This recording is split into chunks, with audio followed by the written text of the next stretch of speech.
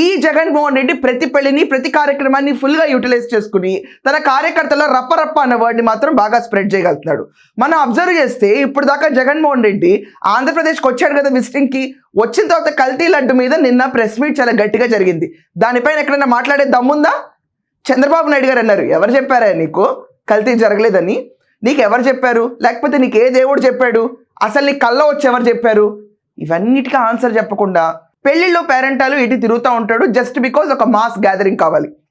కానీ ఈరోజు సోషల్ మీడియాలో విపరీతంగా వైరల్ అవుతుంది ఒక బ్యానర్. వైకాపా వాళ్ళకి కావాల్సింది విధ్వంసం మాత్రమే. వాళ్ళని ఒకవేళ జగన్మోహన్ రెడ్డి కనుక 2029లో ఎన్నుకుంటే ఎవరన్నా పిచ్చోళ్ళు ఉంటే ఆంధ్రప్రదేశ్లో ఆంధ్రప్రదేశ్ విధ్వంసానికి గురవుతుంది. జోకా? ఒక్క నిమిషం.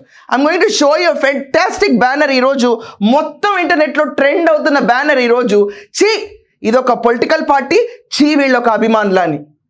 ఇదే బ్యానర్ ఒకవేళ కావాలంటే చంద్రబాబు నాయుడు గారికో, లోకేష్ గారికో, పవన్ కళ్యాణ్ గారికో ఎవరికైనా వేయండి, తాట తీస్తారు వచ్చి డైరెక్ట్గా. మనుషుల్ని పంపించడం డైరెక్ట్గా పిలిస్తే తాట తీస్తారు. ఇలాంటి బ్యానర్లు వేస్తావరా నువ్వు, అసలు మా ఉద్దేశాలు ఇవా అని చెప్పి. కానీ జగన్మోహన్ రెడ్డికి మాత్రం సమ్మగా ఉంటాయి ఇవన్నీ ఇంటే. రప్పరప్పలో తప్పే ఉందన్నాడు. ఈ బ్యానర్ చూసి మురిసిపోయి ఉంటాడు జగన్మోహన్ రెడ్డి. ఒకసారి ఆ బ్యానర్ చూద్దాం. జగన్మోహన్ రెడ్డి పుట్టినరోజు వేడుకలు, మొన్న బలి కోరిన పుట్టినరోజు అని చెప్పి అందరం చూస్తాం, ఎక్కడ చూస్తాం రక్తపాతం. కానీ ఈరోజు మనం అబ్జర్వ్ చేస్తే ఒక బ్యానర్ మిస్ అయిందండి పాపం అందరి నోటీస్కి. ఈ బ్యానర్ గురించి పెద్ద చర్చ జరుగుతుంది ఇప్పుడు.